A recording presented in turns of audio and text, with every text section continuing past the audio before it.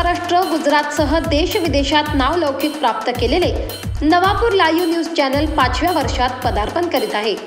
त्यांच्या या यशाबद्दल लाख लाख शुभेच्छा।